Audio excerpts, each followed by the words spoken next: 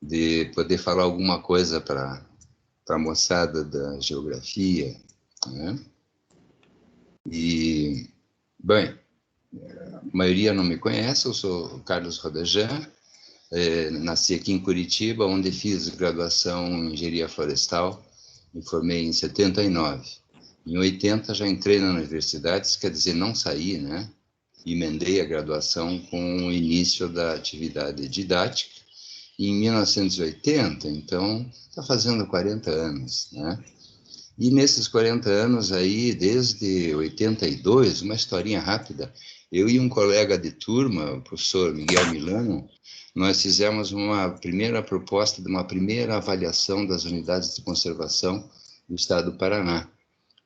Até então, eram áreas perdidas pelo estado, aí, com exceção de Vila Velha, as mais importantes. Na época, eram 25 unidades de conservação, hoje em dia tem mais de 70, né? Mas, desde então, este foi o meu envolvimento principal, tentando compreender o funcionamento dos ecossistemas, e isso criou uma certa bagagem, né? E um pouquinho dela eu vou tentar passar para vocês hoje, porque a gente aprende com o tempo, né? Muito do que aprendemos, eu sempre coloco no plural, eu e meu colega Franklin Galvão, não está nos livros, né? A gente foi aprendendo devagarinho, com a ajuda de outros companheiros, como eu sempre falo, Gustavo Curso, muito nos ajudou, enfim, alguma coisa desse aprendizado eu pretendo mostrar hoje aí. Falando Floresta Atlântica, você pode pensar assim, Floresta Atlântica, o mato que tem lá na Serra do Mar. Não é bem assim, né? Na verdade, é um complexo bastante variado de situações e que eu pretendo mostrar um pouco isso aqui nessa conversa. Muito bem, eu acho que vou botar os slides, então, certo? E aí podemos começar. Só um momento, óculos, 40 anos. Então, flechinha, certo? Isso. Pá. Apresentação, pá. Isso. Certinho para todos? Perfeito. Pá. Então, vamos lá. Deixa eu voltar aqui. Segundo o convite do Eduardo, o tema seria a Floresta Atlântica, né? Mas eu quero lembrar que originalmente a ideia era falar sobre sucessão vegetal. Então, eu juntei as duas coisas, vou tentar falar rapidamente sobre a Floresta Atlântica como um todo e dar uma certa ênfase para a sucessão vegetal, que é, na verdade, o que mais se encontra na região da Floresta Atlântica. Deixo aberto para quem quiser parar a perguntar, porque acho que é uma bagagem meio grande, assim, para o pessoalzinho aí que não está muito acostumado com esse viés vegetacional, né? Então, vamos lá. Eu abro com esse slide aqui por uma questão simples e importante. O que se fala muito hoje é o bioma Mata Atlântica, né? E você pode pensar assim que tudo é Mata Atlântica aqui no Paraná. Esse é o nome do bioma. E como está dito aí, o bioma Mata Atlântica, isso foi definido pelo IBGE em 2004, né, a nova fitogeografia brasileira, 6 biomas. O bioma Mata Atlântica aqui no Paraná envolve a floresta com araucária, que é a floresta umbrófila mista, começando desde já. Floresta é um ambiente dominado por árvores. O umbrófilo é amigo da umidade. E mista é, no caso da floresta com araucária, a fusão de duas floras pretéritas, né? A floresta da bacia do Rio Paraná, eu chamo ela assim, o MAC chamava de outro jeito complicado, o IBGE chamou de floresta estacional. No nosso caso aqui do Paraná, semidecidual, porque existe a decidual, isso é outra história mais comprida. E a floresta atlântica, propriamente dita, floresta umbrófila densa, então as árvores se tocam, além de ser dominada por árvores, de ser num ambiente amigo da umidade, as árvores se tocam, é densa, porque existe aberta em outros lugares do Brasil. E os campos planálticos, né, que são bastante expressivos aqui no Paraná, ou quase que eram, chamado de estepe gramíneo lenhosa. Além dessas 4 grandes unidades fitogeográficas, existem ainda os chamados ecossistemas associados, que consiste de restingas, várzeas, manguezais e os campos de altitude. A floresta atlântica em si, que ocupa aqui no Paraná a planície litorânea, a Serra do Mar e o Vale do Rio Ribeira. Por si só, ela apresenta variações bastante expressivas de comunidades vegetais em função das variações ambientais, né? E elas são bem expressivas. Por exemplo, no topo das montanhas, até 1.500, 1.800 metros aqui no Paraná, você tem substratos rochosos, substratos litólicos e solos orgânicos também. Para entender como tem solos orgânicos lá em cima, eu acho que ao longo da conversa aqui será dito. Nas encostas, vocês têm substratos argilosos, vão ficando cada vez mais profundos, até chegar na planície litorânea, que se tem substratos arenosos, né? O fundo da antiga baía, em função do recuo marinho. Então, só por aí são 3 situações ambientais muito diferentes, e, obviamente, a vegetação que se desenvolveu, que se instalou, é diferente também. Como exemplo, nós sabemos que a cada 100 metros de altitude existe uma variação de meio grau, né? Meio grau centígrado. Portanto, se lá no litoral está 20 graus agora, aqui em 1.000 metros estaria 15, né? Vamos dizer, a 2.000 metros acima do Pico Paraná estaria 10 graus agora, né? Por isso que eu falei aí que no topo das montanhas que ocorrem as temperaturas mais baixas do estado, não é lá em Palmas, nos planaltos do interior, não. Bom, enfim. E os ecossistemas associados? Deixa eu tirar essa coisinha daqui. Os ecossistemas associados normalmente ocorrem em ambientes muito específicos para o desenvolvimento da vegetação, onde o fator edáfico é preponderante. Mesmo assim, esses ecossistemas associados, eles estão em constante evolução, né? Muitos deles chamados de formações pioneiras, são formações iniciais que vão evoluir, atingindo o máximo da evolução que é a floresta, aí deixam de ser formações pioneiras ou coisa parecida. E também não são tratados como grandes unidades fitogeográficas por uma questão de escala, né? Dependendo da escala de mapeamento, você não consegue representar uma várzea, um trecho de mangue, por isso que eles são chamados ecossistemas associados. Então, basicamente isso, para diferenciar. A bioma Mata Atlântica é uma coisa, a floresta atlântica é o que nós vamos ver hoje aí, rapidamente. Este mapa é um mapa fantástico, né? Um presente que um geógrafo alemão, Reinhard Marx, vocês devem conhecer, deixou para nós aí na década de 50. Ele conseguiu fazer esta maravilha, né? Olhando esse mapa, num primeiro momento, e por sinal não vi na parede da geografia, e deveria ter. Vocês veem no canto esquerdo a legenda, né? Um mapa autoexplicativo fantástico, o mapa que o Marx fez, principalmente com relação à distribuição dos tipos de vegetação. Este mapa, numa primeira vista, ele parece um tanto complexo, porque o Marx fez a situação de 1950. Então, deixa eu ver meu cursor aqui. Por exemplo, só a floresta atlântica é este verde mais escuro aqui, né? Mas ela originalmente ocupava todo o Vale do Rio Ribeira, né? E em 1950, isso daqui já tinha sido tudo explorado, tudo detonado. Então, já em 1950, esse trecho era vegetação secundária. Aqui, vegetação primária, ainda de floresta atlântica, Serra do Mar e início de planície.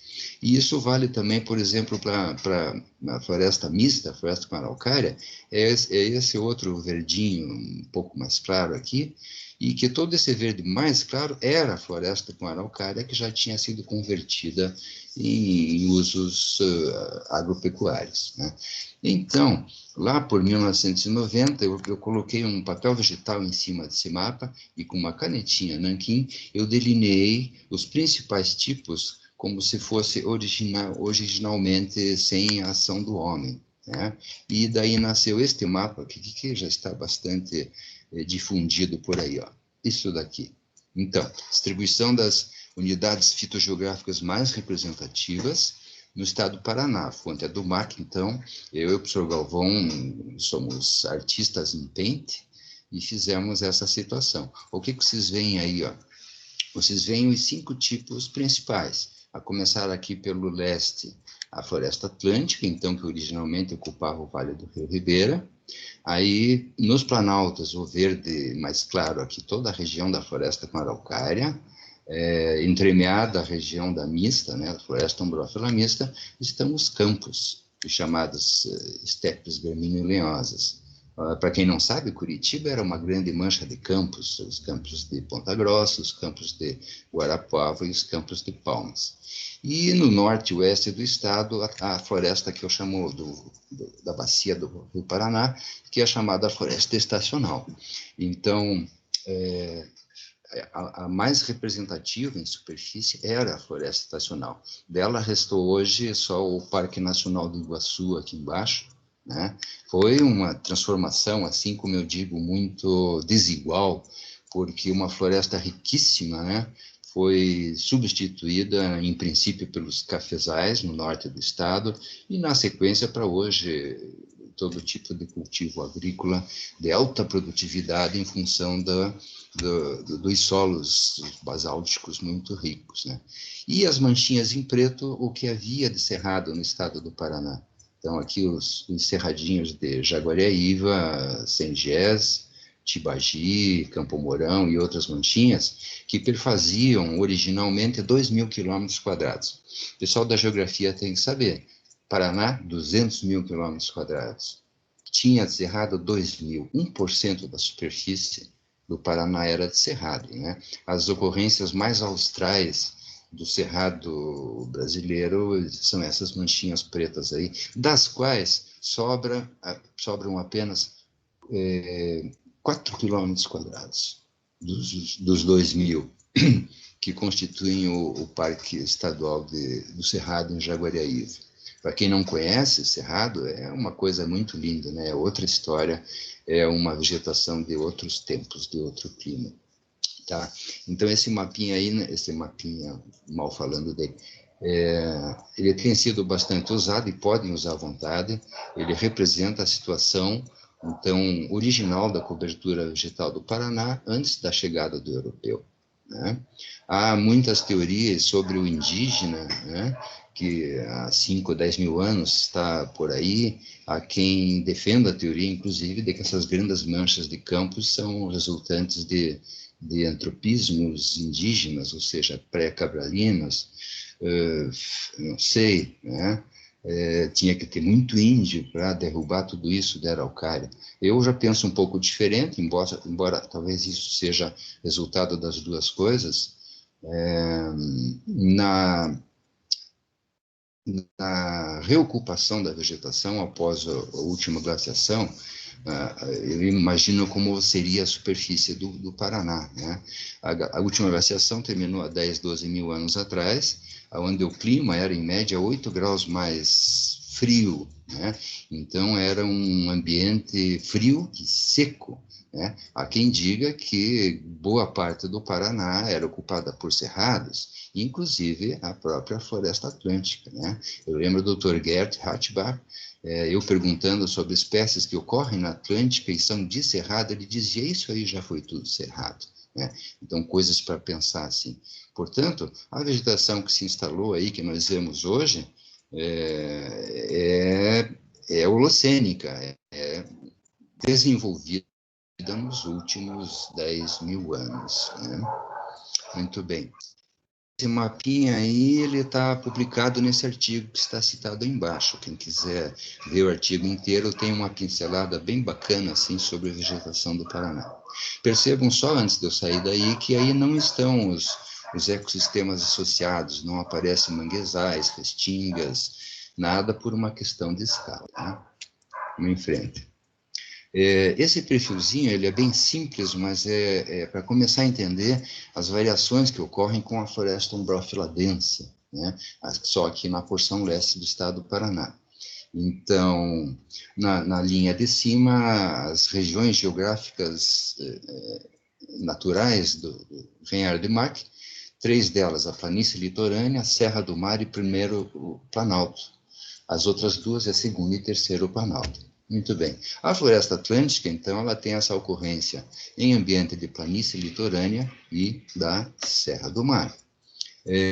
Passeando rapidamente por esse perfil, começando aqui pelo número 1, nós estamos na planície litorânea. O IBGE definiu, não...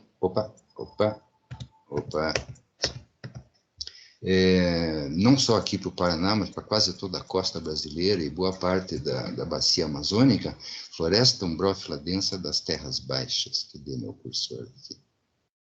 Aqui. Então, numa escala de mapeamento de IBGE, 1 para 1 milhão, reduzido para 1 para 250 mil, toda a floresta que acontece na planície litorânea é floresta umbrófila densa das terras baixas. Se quiserem tratar o popular, floresta atlântica da planície litorânea. Chegando na Serra do Mar, já tem uma variação de ambientes. Onde está meu cursor? Aqui. Vamos pegar aqui o número 2, floresta umbrófila densa, e tem, em função de patamares altimétricos, nomes diferentes. Então, no início da encosta, chamada de floresta umbrófila densa submontana. Isso aqui na nossa latitude corresponde até a altitude de 600 metros. Por que ela é separada? Por vários motivos, dentre eles, a influência das massas quentes e úmidas do oceano. Já acima de 600, até em média 1.200, o ambiente da floresta umbrófila densa montana. Por que é diferente? Porque aqui tem a influência do ar frio que escoa do Planalto. Então, vamos pensar grosseiramente assim, até 600 metros de altitude, de cima para baixo, é regular a ocorrência de geadas no inverno. Então, é uma flora diferenciada. Espécies daqui da submontana, de caráter tropical, não avançam para a montana por causa da influência do frio do Planalto. E acima de... O meu cursor foge toda hora, desculpem. Acima de 1.200 metros, em média, aqui no Paraná, vem a floresta umbrófila densa altomontana. São as matinhas nebulares. Olha, o meu computador, Eduardo, ele está velhinho já, então tenham paciência. As florestas altomontanas, chamadas de matinhas nebulares, são muito interessantes, e são aquelas que menos interessaram ao homem, pelas condições de clima, pela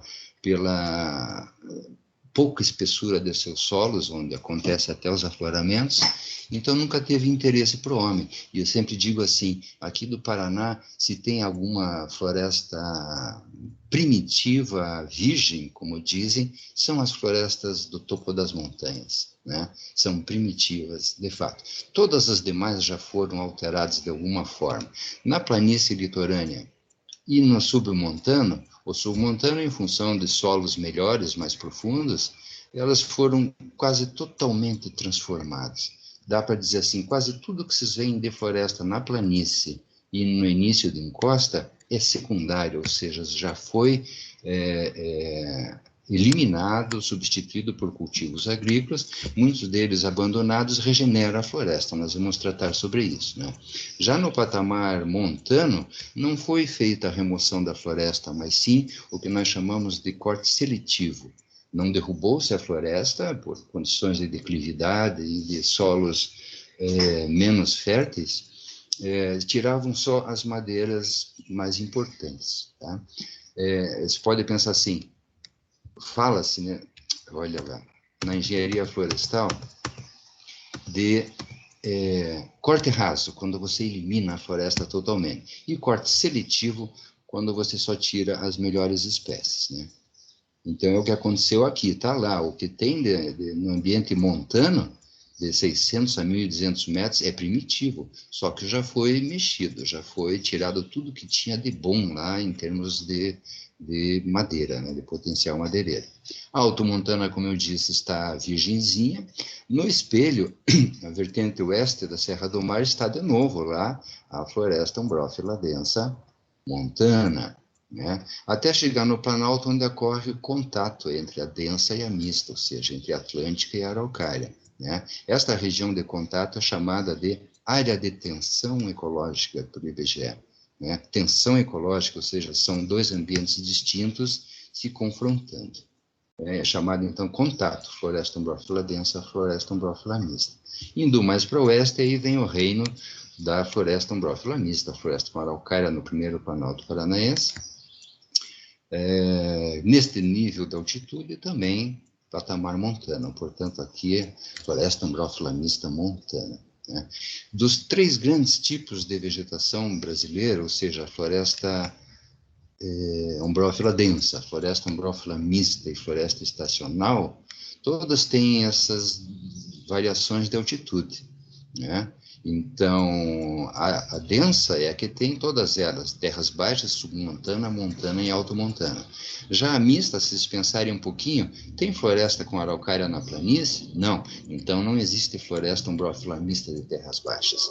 Assim como também ela não ocorre até abaixo de 600 metros no Paraná. Então, não existe floresta umbrófila mista submontana. Existe, sim, montana e altomontana. Só para fechar o exemplo, a estacional não tem altomontana, então a estacional você vai ter terras baixas, submontana e montana. Aqui no Paraná, né, desculpa, não tem terras baixas, só submontana e montana.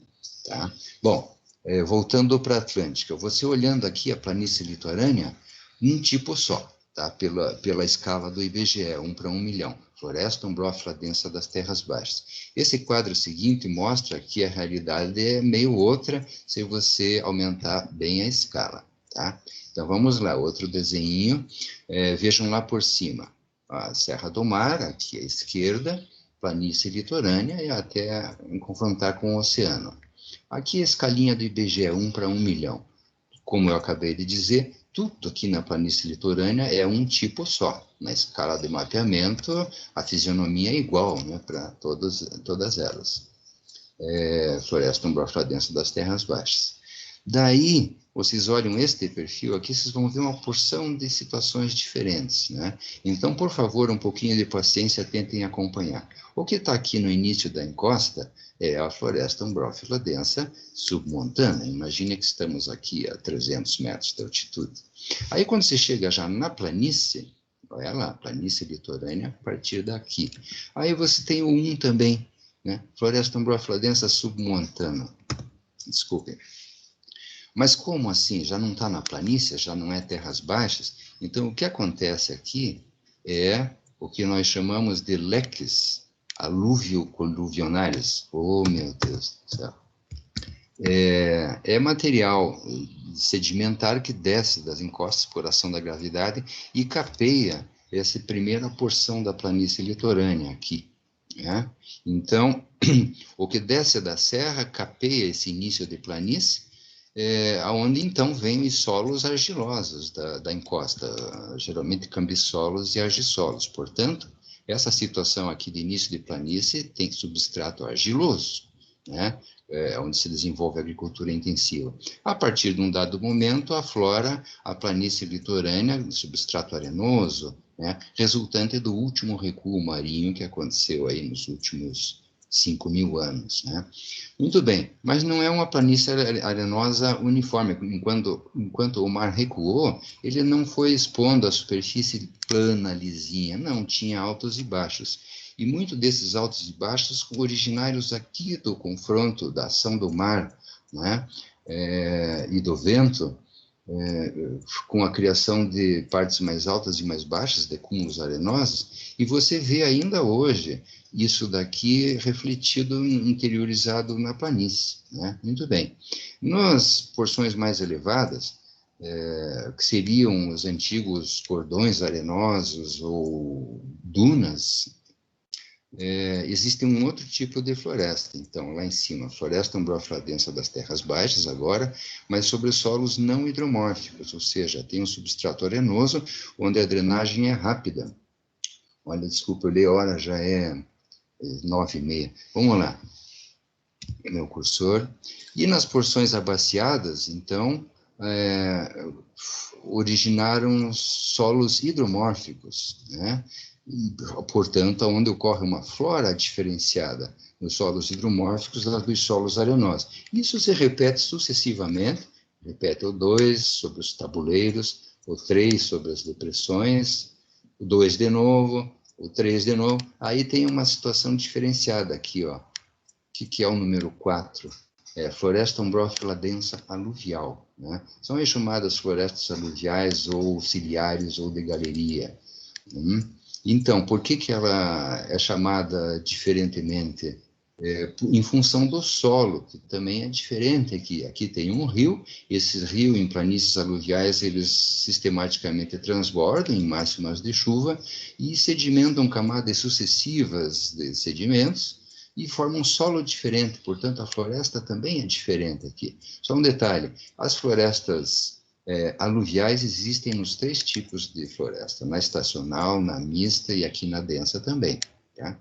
No cantinho eu botei uma várzea bem pequenininha ali, como chamamos várzea? Formação pioneira de influência fluvio-lacustre.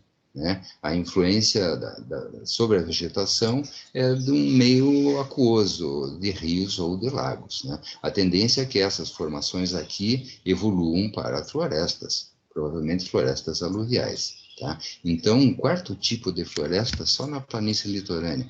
Nós temos a submontana, a terras baixas sobre solos não hidromórficos, a terras baixas sobre solos hidromórficos e a terras baixas, a densa aluvial. Tá? Então, na escala 1 para 1, olha ela aqui, ó, são coisas diferentes. Tá? Chegando ao próximo à costa, nós temos então as formações pioneiras, influência do mar, marinha, né? E que podemos até dividi-las em fases sucessionais. Uma fase herbácea nos frontais marinhos, arbustiva mais atrás, até a arbórea, né? Uma formação pioneira que ainda vai evoluir para a floresta, por isso que são todas tratadas como pioneiras ainda.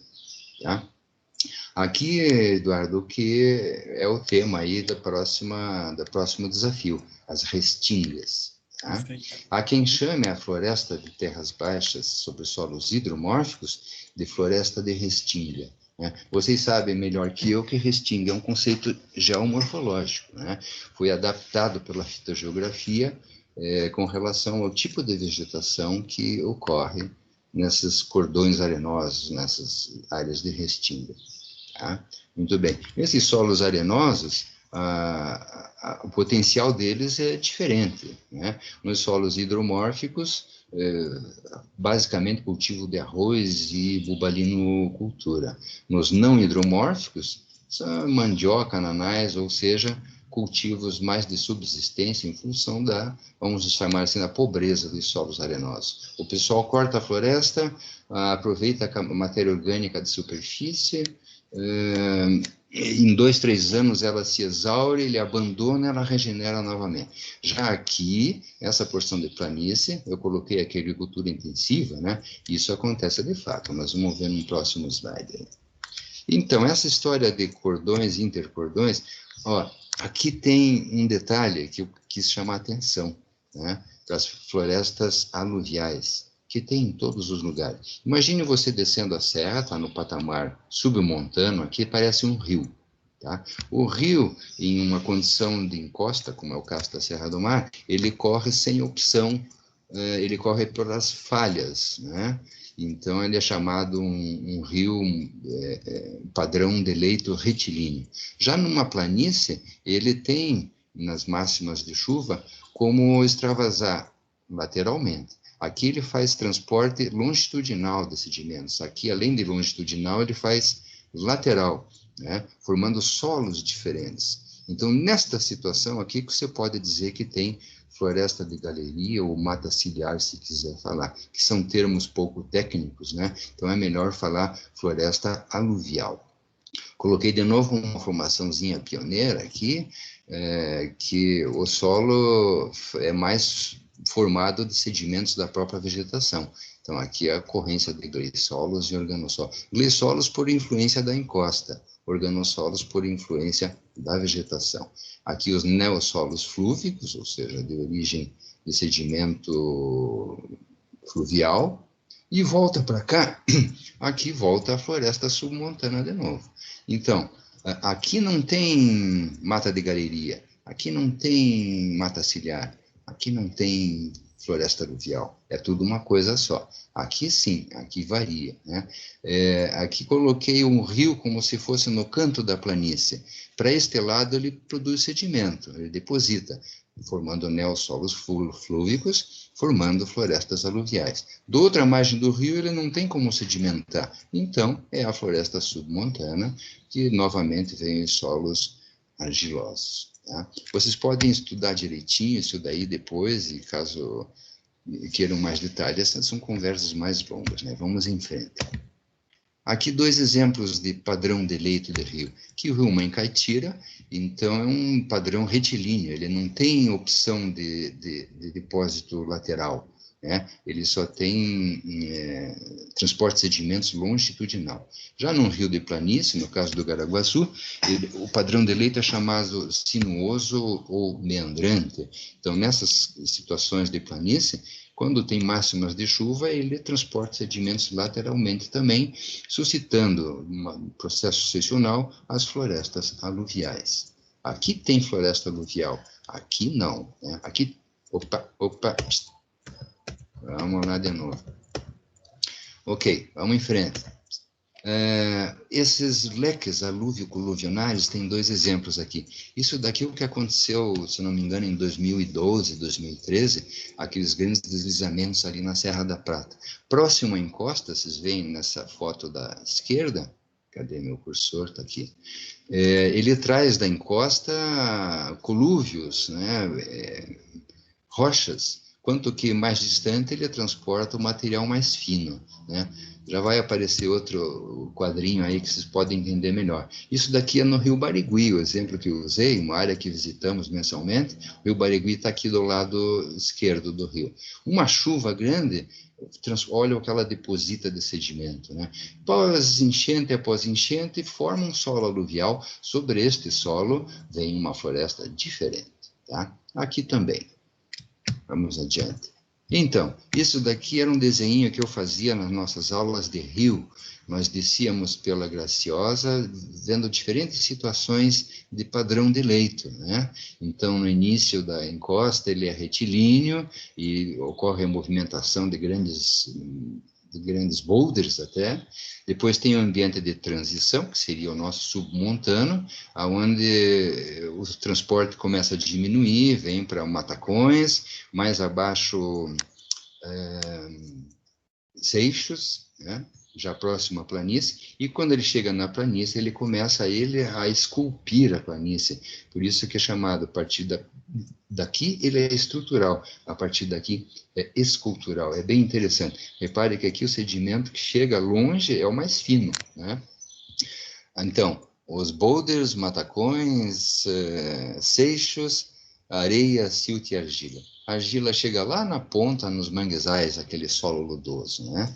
Guardem para vocês, isso daí é com base em Tricar, que devem conhecer, e também no conhecimento de Gustavo Curcio. Vamos para o outro. Olha, então, para falar sobre sucessão, eu tentei criar um texto, puxa, vai para cá, e achei essa maravilha, ó, neste site da Rede Omnia, e achei muito interessante. É uma linha de pensamento com relação à sucessão. Existem várias, né? Eu adoto a que eu mais identifico na natureza, tá? Então, vejam, tenham paciência e acompanhem a leitura aqui. A sucessão ecológica diz respeito a mudanças graduais e progressivas que ocorrem em um ecossistema até que ele atinja uma comunidade com o máximo desenvolvimento possível. No nosso caso, o máximo é a floresta. Durante esse processo, ocorre a colonização de uma área e mudanças na composição da comunidade, ou seja, progressivamente, uma comunidade vai sendo substituída por outra mais complexa. Isso o geral para a sucessão. A sucessão pode ser dividida em 2 tipos, primária e secundária. Primária ocorre em ambientes que nunca foram ocupados por uma comunidade anteriormente. né? Como exemplo desse tipo de sucessão, podemos citar o surgimento de vida em afloramentos rochosos, lavas vulcânicas e outras situações onde não havia vegetação antes.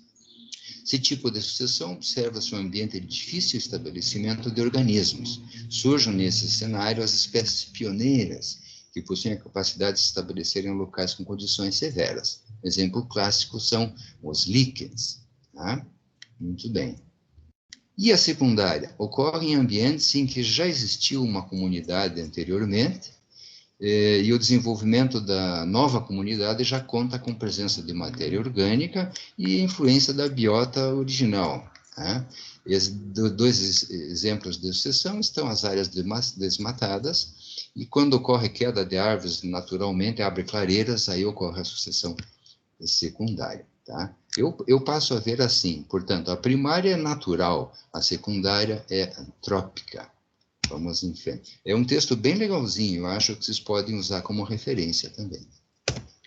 Sucessão ecológica na planície em 2 momentos. Eduardo e Daiane, eu passei a pensar mais fortemente depois da nossa experiência em Matinhos, né? A sucessão primária, vamos lá, um pouquinho de história. Aqui no sul do Brasil, né? O que estabeleceu-se na forma de sucessão primária aconteceu após a última glaciação. Vocês sabem que terminou há 10, 12 mil anos, e na época desta última glaciação, o nível marinho era bem mais abaixo, uns 200 metros mais abaixo do nível atual. Com o aquecimento da temperatura global, o nível marinho subiu, né, chegando até próximo aos níveis atuais. Desses 10, 12 mil anos, os 5 mil últimos anos é chamado ótimo climático, né, onde o nível do mar já era próximo ao atual. Mesmo assim, nesses últimos 5 mil anos, ocorreram 3 ingressões marinhas. Ou seja, o mar já estava ali no nível de hoje, mas houve flutuações de temperatura na Terra, já num período interglacial, que é o nosso Holoceno. Então, números bem genéricos, bem grosseiros até. Há 5 mil anos, o mar subiu 3,5 metros. Regrediu, depois subiu novamente a 3 mil anos, subiu mais 2,5 metros.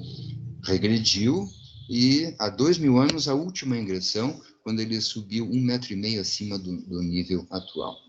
Tá? A última ingressão, há 2 mil anos, portanto, quando subiu 1,5 metro, foi o suficiente para afogar boa parte da atual planície litorânea, tornando-a uma grande baía. Então, dá para pensar que tudo que surgiu na planície litorânea de vegetação surgiu há 2 mil anos. Né? Então, é uma situação relativamente nova. Durante a última regressão, de 2 mil anos para cá, instalou-se e desenvolveu-se a cobertura vegetal, ok? Só mais um detalhe para lembrar, a última glaciação, olha, isso eu acho muito interessante. A Terra, vocês sabem, tem aí em torno de 5 bilhões de anos, né? Nos últimos 2 milhões, ou seja, ontem, aconteceram 16 períodos glaciais. Esse aqui, eu me referi aqui, que acabou há 12 mil anos, foi o último de 16 períodos glaciais. Cada glaciação demorava, em média, 100 mil anos. Né? E o período interglacial, quente e úmido, que é o que estamos agora, durava, em média, 10, 15 mil anos. Então, isso aconteceu 16 vezes nos últimos 2 milhões de anos. Né? E com detalhe, sem a presença do homem. A Terra esquentou, esfriou, e vai continuar independente do homem, na minha opinião. Ele pode só acelerar um processo, mas a tendência é que vamos partir nos próximos séculos, ou poucos mil anos, para uma nova glaciação, né? Isso é muito interessante. Bom, o que interessa é que depois do último recuo, há 2 mil anos atrás, ou seja, os egípcios já tinham construído as pirâmides, né? Era o tempo de Jesus Cristo, aqui era uma grande baía, né? Aqui na nossa planície litorânea. Muito bem, esse é o meu entendimento atual de sucessão primária. Né? Sucessão secundária, eu entendo, então, aquela resultante de antropismos. Então, a partir da segunda metade do século XIX, ou seja, mais ou menos 150 anos, deixa eu tirar isso daqui. antropismos diversos, mas a partir de 1800, 1850, começando pela exploração madeireira, depois partindo para a agricultura, pecuária e, ultimamente, para a urbanização. Então, essas atividades humanas modificaram drasticamente o cenário original dos últimos 2000 anos, suscitando inúmeros processos de regeneração da vegetação em locais onde o uso do solo foi interrompido. Ou seja, o homem usou, abandonou, vem a sucessão secundária.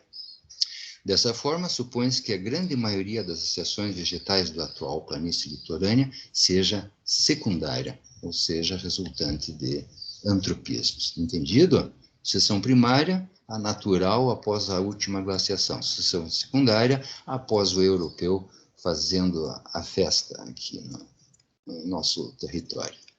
Vamos em frente. Olha aqui, ó. Esse quadro é muito interessante, Eduardo. O que eu falei que é o último tijolão de restinga que sobrou no Paraná é isso aqui, ó. Vocês podem ver na imagem do Google facilmente.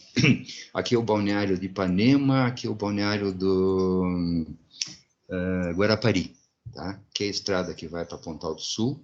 Então, vejam aqui, ó, vocês veem ainda, deixa eu voltar, as linhas do recuo marinho nesse sentido, ó. O mar foi recuando e foi recuando em espasmos, né? Ele recuava um pouco, acumulava os cordões, recuava um tanto mais, e assim foi. Aqui tem um detalhe desse trecho, ó. Olha, parecem ruas, né? Parecem caminhamentos, mas não. São linhas de intercordões e cordões, né? Então, esse processo é sucessão primária ainda, né? Que vem desde o interior da planície lá, ó. Vem ocorrendo isso, o mar recuando aos pulsos e formando os acúmulos por ação do vento. Tá? Esta região aqui, que é a última do litoral sul do Paraná, o último remanescente desse processo, está seriamente ameaçada pelos processos imobiliários. Essa parte frontal aqui, para quem for lá, é muito interessante. Você pode ver, essa avenida está asfaltada agora. Essa parte frontal aqui foi arrasada já há muito tempo, porque quando começaram a implantar os balneários, eles tiravam a areia das dunas e cordões para, vamos dizer, aplainar, né, as novas áreas de balneários. Então, essa porção frontal aqui já foi arrasada. Daqui desse trecho para trás está íntegro ainda, muito interessante. O que está acontecendo aqui é sucessão secundária. Falou alguma coisa, Eduardo? Sim, deixa eu te perguntar. Balneário de Barrancos não tem também um remanescente similar a esse? Tem, similar em tamanho, Eduardo, mas já muito alterado. É mesmo? Já bem mais alterado que esse daí. Entendi. Agora, o slide seguinte, para mim, é mais interessante ainda. Isso daqui, ó. Isso daqui a estrada aqui é Alexandra Matinhos, como nós chamamos, né? Aqui está a Serra da Prata, aqui está a planície, tá? O que vocês observam? Isso daqui é perto de Alexandra. Mais para cima aqui está Alexandra já. Olhem as linhas de cordões aqui, ó. Lá, alguns dentro na planície, né? Então, outra coisa interessante, eu separei grosseiramente, muito grosseiramente aqui no pente, né? O que seria a divisa do sopé da serra. Então, até aqui vem a Serra da Prata, isso com base nas altitudes do Google, né? Então, isso daqui é encosta, tá? É Serra da Prata. Aqui tem um riozinho aqui que faz uma divisa bem interessante. Lembra que eu falei dos leques aluvio-coluvionares? Então, o que desce das encostas capeia o início da planície até um certo ponto. Vocês observam, aqui já é planície, tá? Que o substrato aqui é argiloso, não é areia. Estão vendo? Isso é altamente cultivado, agricultura intensiva. A partir daqui, vem um substrato arenoso. Aqui houve já alguma tentativa de entrada, vocês veem a areia exposta. Tá? Então, o homem usa aqui, né? Em quase toda a planície, esses leques aluvio-coluvionares são os mais utilizados pela agricultura. Aqui que eu falei, onde o substrato é arenoso, ainda a planície marinha, para a agricultura não é tanto interessante, só existe aí drenagem para búfalo e cultivo de arroz, né? Muito bem. E chegando próximo ao litoral, a urbanização. Então, só para lembrar, vocês olhem a imagem no Google, vocês veem essas linhas de cordões, planície adentro, né? Uma prova de que o mar, possivelmente na última ingressão, chegou até os pés da Serra da Prata, né? E depois começou a recuar. Lá na frontal marinha, essas formações são novas ainda. Aqui já são bastante desenvolvidas. É floresta umbrófila densa de terras baixas, tá? Aqui submontana também, tá? Mais desenvolvida, eu já andei nesse sentido aqui, assim, você sobe, desce os antigos cordões e intercordões, só que hoje em dia totalmente ocupados por floresta, né? A sucessão primária, muito interessante isso. Agora vamos ver, rapidinho, isso aqui foi um perfilzinho bastante antigo, mas era no início ao nosso entendimento, né? A seção primária da planície litorânea. Aqui a partir da água salgada, aqui a partir da água doce. Esse processo também ocorre, né? Então aqui o oceano, a restinga herbácea, arbustiva, arbórea, que vai evoluindo até formar floresta, certo? E por influência das lagoas, antigas lagoas que foram colmatadas pela vegetação, um lembrete, o Paraná não tem lagoas, né, no litoral. Santa Catarina tem um monte, São Paulo, Rio tem um monte. Nossas lagoas já foram colmatadas, são as nossas várzeas, são as pioneiras de hoje em dia, né? Então, nesse processo, também acontece a sucessão herbácea, arbórea, os cachetais aqui, para quem passeou comigo, até evoluir para as florestas de terras baixas. Tá? Daí eu fiz um desenvolvimento um pouco melhor para esse perfil, para vocês entenderem, tentarem entender um pouco melhor a situação. Sucessão primária, planície litorânea. Imaginem aqui o mar, o oceano, né? Então, o mar recuou nesse sentido, nesses últimos 2000 anos. Com o aumento do tempo, aumentou a diversidade em condição de planície. Então, se imagine que aqui existe a formação por ação dos ventos de cordões e dunas frontais, onde já começa a se instalar uma vegetação, né? Herbácea, depois arbustiva, aí vem aqui o quê? Um intercordão. Então, aquela história, o mar recuou num pulso, começou a acumular areia aqui, né? E aqui ficou abaciado. Aqui ele também fez um recuo até aqui e ficou alguns décadas ou séculos acumulando areia por ação do vento, e daí outro intercordão, né? E o sedimento é diferente. Esse sedimento aqui é arenoso, é de origem eólica, marinha, né? Aqui é um sedimento orgânico da vegetação, né? E das águas pluviais e fluviais também. Então, a vegetação que se desenvolve aqui é de um tipo, a vegetação que se desenvolve aqui é de outro tipo. Isso daqui vai evoluir para isto daqui. E isto daqui vai evoluir para isto daqui que está aqui embaixo, tá? Então, imaginem assim, paciência aí, começar aqui pelos numerinhos. 1A, formação pioneira marinha, herbáceo arbustiva, sobre solos não hidromórficos, né? Então, todo o 1 aqui nesses dois perfis é sobre solos não hidromórficos, sobre solos arenosos. O 2A já é sobre as porções abaciadas, sobre solos hidromórficos, tá? Então, Jesus. O 1A, formação pioneira marinha, herbácea arbustiva. 1B, formação pioneira já arbórea. O 1C, onde é que está? Na evolução está aqui embaixo. Ó. Esse 1B aqui vai evoluir para esse daqui, né? Ou seja, de novo, das formações herbáceas frontais marinhas para as restinguinhas arbóreas, para as florestas não hidromórficas de terras baixas. Nos intercordões, vegetação herbácea, início de instalação de vegetação herbórea e que vão progredir para a floresta umbrófila densa de terras baixas sob substratos hidromórficos, solos hidromórficos, tá? Eu achei bem interessante isso, deixo aí para vocês namorarem ele depois, que dá para entender, né? Se foi um empenho bem legal. Aqui o Eduardo deve lembrar disso, nós fizemos um diagnóstico sobre a Ilha das Pedras, eu usei esse procedimento para diferenciar os ambientes. E se o Eduardo concorda comigo, isso daí resolveu o problema, né? Mostrou um raio-x assim da situação. Aqui, então, a Baía de Paranaguá, uma faixa de flutuação de maré, vem informações pioneiras, fluvio-marinhas, aqui aparecem os manguezais que não tinham aparecido ainda, né? Tudo isso daqui que tem influência de maré, o IBGE chama a área de formações pioneiras com influência fluvio-marinha, né? Herbácea e arbórea. A arbórea ele chama de manguezal, a herbácea ele chama de campo salino, são os praturás aí da planície litorânea.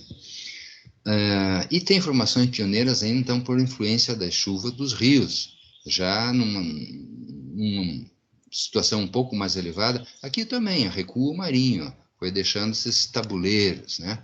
Então, formações pioneiras de influência de água dos rios e das chuvas, sobre organossolos já, hidromórficos, e no caso da Ilha das Pedras, né, vinha a floresta sobre solos hidromórficos, o guanandizal. E vinha ainda imaginem aqui um antigo cordão, um antigo depósito arenoso, a floresta de terras baixas sobre solos não hidromórficos, só que nesse desenho aqui ela já era secundária. O cursor está aqui. Essa primária, nunca foi corte raso. Aqui já foi corte raso, ela regenerou, tanto que vocês veem a maioria dos tronquinhos aqui ramificados, né? Já vamos entender isso um pouco melhor. Exemplo de seção primária, lá no topo das serras, começa pelos líquens, que começam a colonizar a rocha, né? Progressivamente vai se formando um solo, vegetação herbácea até suscitar o estabelecimento de vegetação arbórea, né? Desenvolvimento do solo. Sucessão primária sobre rochas é chamada de litossérie. A sucessão trabalha como séries, né? É a mesma coisa que série. Então, sobre rochas, litossérie. Sobre areia, psamossérie. Tá? Então, aqui tem um exemplo das dunas frontais, tem uma ação forte do mar ainda, e à medida que se vai interiorizando, que o mar atua com menos intensidade, spray marinho, com menos sal, menos iodo, começa a formação arbustiva e arbórea, e assim se processa a sucessão primária. Isso aqui é em frente ao Centro de Estudo do Mar. Lá aconteceu bem isso, o mar recuou, o oceano ia até a estrada dos estudos do mar, e nessas últimas décadas ele recuou, já está se estabelecendo uma vegetação arbórea aqui de restinho. Seção primária sobre hidromorfia, chamada hidrossérie. Aqui é um intercordão, ó, lá nesse tijolão que sobrou entre Guarapari e Ipanema. É lindo isso daqui, ó, né? Uma área abaciada, que ainda está bem próximo ao mar, por sinal, com vegetação herbácea. Aqui tem um cordão, aqui tem outro cordão, é a vegetação arbórea, né? E nas margens de rio também acontece isso. Isso daqui é um quadro bonito, ó, na margem do Garaguaçu, né? Sucessão, ó. Primeiro em espécies herbáceas, depois arbustivas, até formar as arbóreas, né? Isso é sucessão primária também. Descer o rio Garaguaçu é uma viagem muito bonita. Sucessão primária, sobre hidromorfia, hidrossérie também, já arbórea, os cachetais na planície, e também tem maricais, é uma leguminosa que ocupa as antigas lagoas, as formações pioneiras, né? Na sequência, podem até saber que onde tem formação de cachetais nas planícies úmidas, são organossolos. Onde vem o marical, são gleissolos, né? Isso também aprendemos com o Gustavo. A gente entra aqui, trada um gleissolo bem característico, e aqui um organossolo. Então, são espécies indicadoras, né? Podemos chamar assim. Vamos em frente. Aqui, sucessão secundária, agora um trato diferente. Então, pensando na influência do homem, né? Tem duas sequências aqui que eu criei. Uma onde o solo foi usado por um longo período. Tá? E aqui do lado direito, usado por um curto período, ou não usaram após o corte raso. Aqui, corte raso. Tá? Nessa situação em que houve um longo período de uso pela agricultura, pecuária, ao longo dos anos, mais de 5, 10 anos, 20, após o abandono, a sucessão inicia. Tá? Inicialmente com plantas herbáceas, arbustivas, até a entrada das arbóreas, mas todas pioneiras, né? Por isso são chamados estágios iniciais. Isso tudo, isto aqui é substituído por isto aqui é substituído por isso aqui, que dá início à formação da floresta, por isso nós chamamos já estágio médio, e que vai terminar num estágio avançado. Tá? Já numa área em que não foi usado ou usaram muito pouco tempo, como é bem o caso das planícies arenosas do litoral, o homem usa 1, 2, 3 anos, acaba a matéria orgânica e ele abandona. É a rotação de cultura, né? O cabocla. Então, o que acontece? Quando o homem abandona essa situação aqui estão os tocos ainda das árvores que foram cortadas. O homem abandona, começam a rebrotar os tocos. Então, o processo sucessional nesta situação é diferente desta situação. Tá? Então, vocês veem que a coisa começa a complicar. A floresta que se forma a partir daqui, ela tende a se formar mais rapidamente e a uma constituição mais próxima da original, porque aqui foi eliminada a parte aérea, mas a parte subterrânea, as raízes, permaneceram vivas. Quando o homem abandona, elas rebrotam. Então, vai formar uma floresta diferente, mais próxima da original, mas que vai atender a um estágio avançado. Né? Aí, aqui eu botei um barrigudinho aqui, que está nessa, olhando para essa, e deve estar pensando assim, mas, poxa, é igual? Né? É muito parecida, e essa é a tendência. Tá? Lembrando só, nós vamos entrar num quadro aí desenvolvido pelo CONAMA, que dá uma série de características para os estágios sucessionais. Uma delas é um só estrato arbóreo, estágio inicial. 2 estratos arbóreos, um segundo já em definição, e o estágio avançado até 3 estratos arbóreos. Tá? E um quarto em definição aqui por baixo. Quanto à presença de epífitas, aqui nesse estágio inicial eles são muito efêmeros, vivem 10, 20 anos e já são substituídos. Então não tem tempo de instalação de epífitas. No estágio médio já começam ali, tem umas bromelhazinhas que eu botei ali, ó, né? Mas modesto ainda. Já no estágio avançado, o epifitismo é rico e variado. Né? Muito bem. Um perfilzinho aí que vocês podem usar à vontade para tentar entender sucessão secundária em 2 condições diferentes de uso do solo, de tempo e de tipo de uso. Né? O nome dos estágios sucessionais, hoje em dia todos trabalham mais com a definição do CONAMA, em 2009, quando ele chamou estágio inicial, estágio médio, estágio avançado. Foi o que vimos no slide anterior.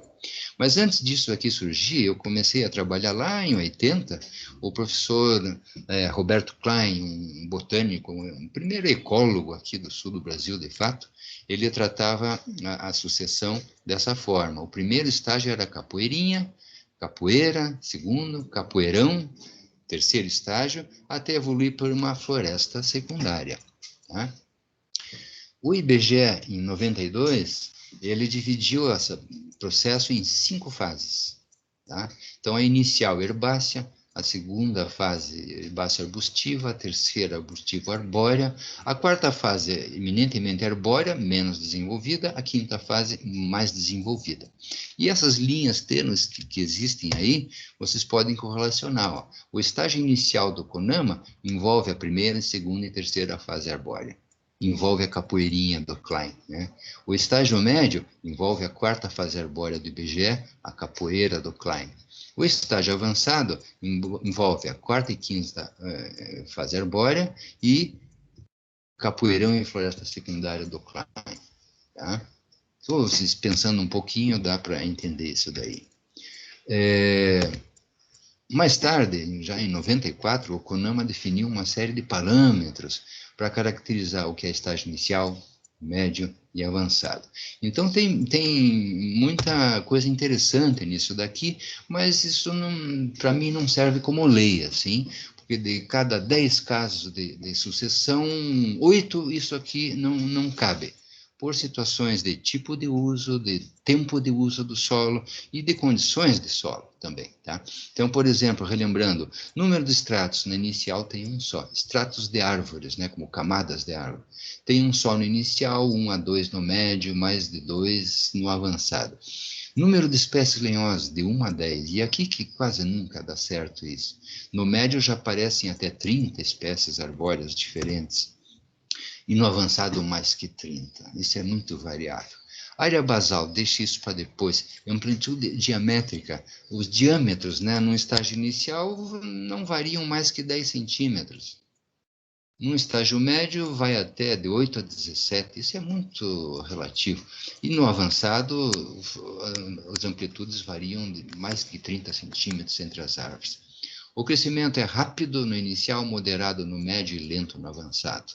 Longevidade, no inicial a vida é curta, média no estágio médio, claro, e longa longevidade nos estágios avançados.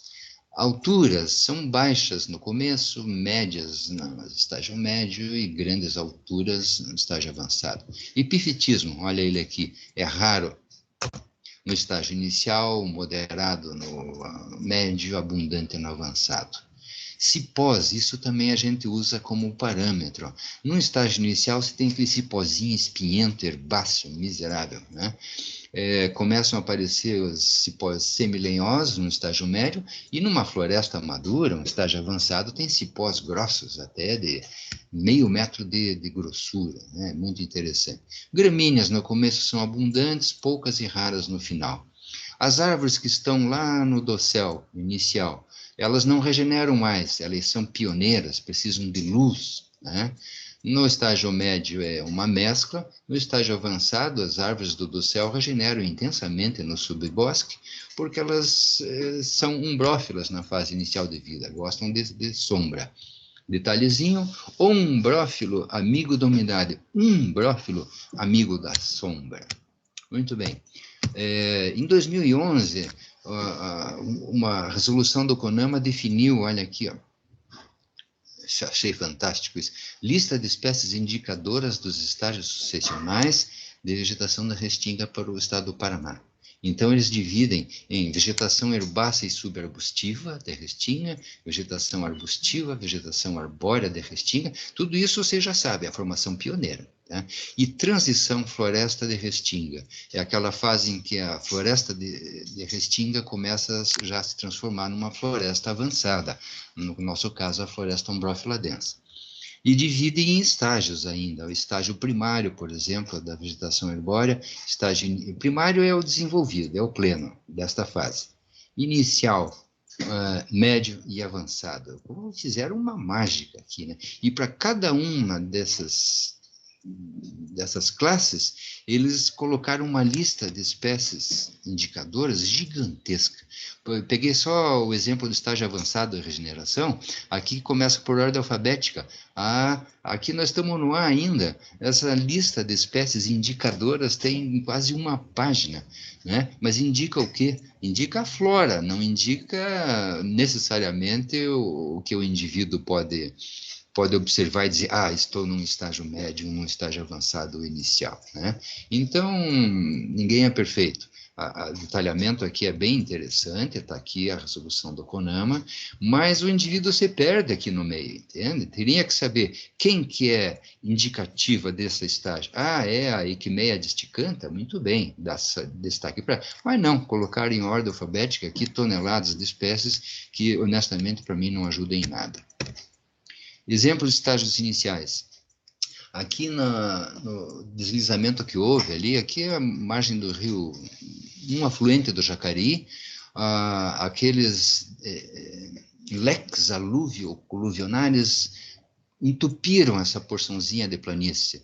Cessado o processo, águas voltando ao seu nível normal, início de instalação. Isso é vegetação secundária, né?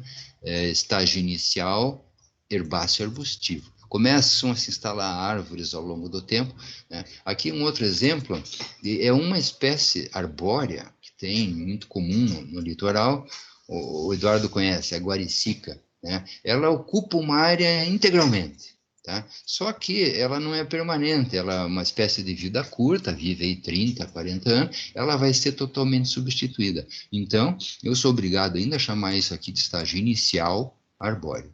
É o caso dos bracatingais aqui no Planalto, para quem conhece, tá? As bracatingas tomam conta, sim, parece uma floresta, mas ela vai ser substituída pela sucessão, então continua sendo um estágio inicial. Estágios médios. Aqui na encosta da serra ainda aparecem uns rosadinhos, aqui são as quaresmeiras, mas já está sendo substituída por uma outra tropa arbórea mais longeva, né? A quaresmeira é uma típica, né, da sucessão na Serra do Mar. Quem não desceu nas férias de verão e vê salpicado de rosa e branco, né, pode saber aonde tem quaresmeira de monte, assim, é secundário, já foi tudo arrasado isso daqui e está em processo de sucessão. Aqui lá no litoral, uma das áreas que nós visitamos é um estágio médio, né? Começa a diversificar, o dossel fica mais rugoso, mais heterogêneo, maior diversidade de espécies e assim por diante. Deixa eu ver se eu pulei um aqui. Ah, sim, estágios avançados. Ó, Eduardo, esse daqui acho que é a área do Parque Municipal do Tabuleiro, que a Havan quer construir uma parada lá, né? Isso não vai acontecer, posso te garantir. É um estágio avançado de Guanandizal e que eu no relatório até suponho que isso daqui seja primitivo, né? Os restinhos de sucessão primária que sobraram na nossa planície litorânea. Aqui na margem do Guaraguaçu, aqui sobre o solo hidromórfico, aqui sobre o solo não hidromórfico, né? Sabidamente aqui é um tabuleiro arenoso, sabidamente também que isso daqui já foi arrasado, estágio avançado já. Mas nem tudo é matemático na natureza, tá? Esse daqui é o grande deslizamento que houve, se não me engano, em 2012, 2013, e aqui já em 2017, se eu não me engano. Então, o que acontece aqui? Com o deslizamento, ela expôs a rocha. Então, deixou a superfície nua, sem nada. E aqui já está acontecendo, 4 anos depois, a instalação da vegetação. E aí eu posso perguntar para vocês, ficarem pensando, um dia se me respondem, isso daqui é sucessão primária ou secundária? Segundo a definição lá do começo, primária é onde ela se desenvolve onde não havia nada, né? Não havia nenhuma outra comunidade vegetal, né? A secundária é onde havia. Então, aqui de fato não havia, mas havia toda a influência de um entorno aqui, né? De propágulos de sementes que ocuparam rapidamente isso daqui. Então, honestamente, eu fico na dúvida, isso daqui é sucessão primária ou secundária. Para brincar um pouco, eu diria que é sucessão primária de segunda, entenderam? Bom, fica para pensar isso daí. Muito bem, terminando. O processo sucessional deve, portanto, desenvolver-se diferentemente em cada situação, como vocês viram aí, né? Ocorrem variações estruturais e florísticas regidas pelas condições ambientais disponíveis, certo? É assim que eu estou pensando hoje em dia. Aí, em 2007, houve uma demanda da SEMA para definição de estágios sucessionais e espécies indicadoras para o estágio do Paraná. Era janeiro, era férias, eu estava na escola, foi uma técnica do IAP que participou da conversa com especialistas aí, a Cícia, Maria do Rocio, e ela ficou desesperada. Ela, olha, na época o presidente do IAP era o vereador do chapéu lá, esqueço o nome dele agora. E ele disse, 1 semana para isso. Ela foi lá, eu digo, olha, impossível fazer isso em 1 semana. Aí fizemos uma contraproposta, queríamos mais tempo para essa definição e um computador para executar a tarefa, olha a modéstia, né? Nessa contraproposta eu conversei com quem? Com meus sócios Franklin Galvão e Gustavo Curso, e disse, olha, o desafio é esse, vamos em frente? Vamos. E então, aceitaram o nosso pedido de tempo, nos deram um computador, E formou-se uma equipe de professores da Universidade Federal, trouxe aqui o professor Omar, da Geologia, grande figura, da Embrapa, Gustavo Curcio, e técnicos do IAP. E em reuniões semanais, ao longo de 6 meses, criamos as unidades fitoambientais, né? Formadas a partir de uma compartimentação da paisagem de forma minimamente homogênea, com vista em critérios fisiográficos, geológicos, hidrográficos, de altitude e de vegetação. Contratamos o professor Piramon Acioli, que é muito hábil em mapeamento, e ele fez a sobreposição, então, dessas situações, todas disponíveis em meio digital já. Fizemos a sobreposição de fisiografia, as regiões geográficas naturais do MAC, os agrupamentos litológicos, geologia, as bacias hidrográficas, as classes de altitude, a vegetação original e a vegetação atual, né? Então, que sobrou Serra do Mar e Parque Nacional do Foz do Iguaçu. A sobreposição dessas imagens resultou no que vocês já vão ver. Só antes de passar, esse daqui nós definimos 3 classes de altitude para o Paraná. Até 800 metros, que pega esse verde mais escuro, fora a legislação ambiental, APP e declividades, não há restrições para a agricultura. De 800 a 1100, o verde mais claro, já é passível de ser usado, mas com restrições.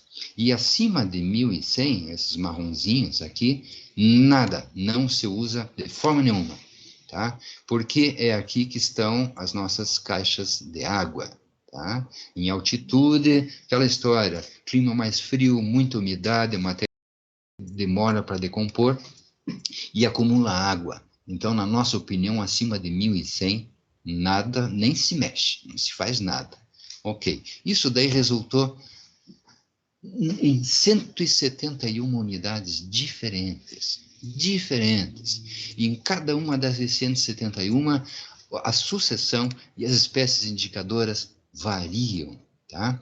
Então, a nossa proposta foi, depois de definido isso, viajar pelo estado inteiro, desde que não tivéssemos despesas, para visitar cada uma dessas nossas unidades fitoambientais e verificar a regeneração.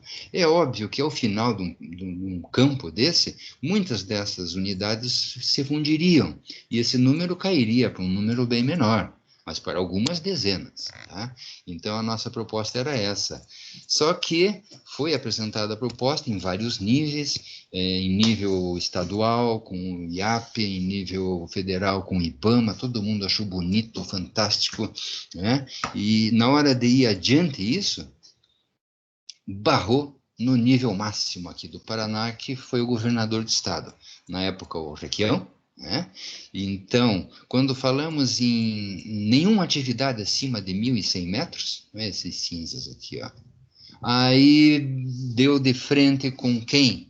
Com os plantadores de pinos dos planaltos e com a agricultura de alta produtividade de soja, né? Opa, então aí passou a não interessar mais e isso aí morreu na casca. Antes de morrer na casca, o professor Galvão publicou um artigo de opinião na revista Floresta, está aqui o número, o professor Galvão e uma orientada dele da pós-graduação publicaram. Vocês quiserem entender um pouquinho melhor, visitem esse artigo, que é uma história muito interessante, que, vamos dizer assim, está em stand-by, né? E esta situação, este procedimento, como vocês devem imaginar, pode ser usado em qualquer lugar do mundo, né, para definir situações diferentes de sucessão e de espécies indicadoras para qualquer fim.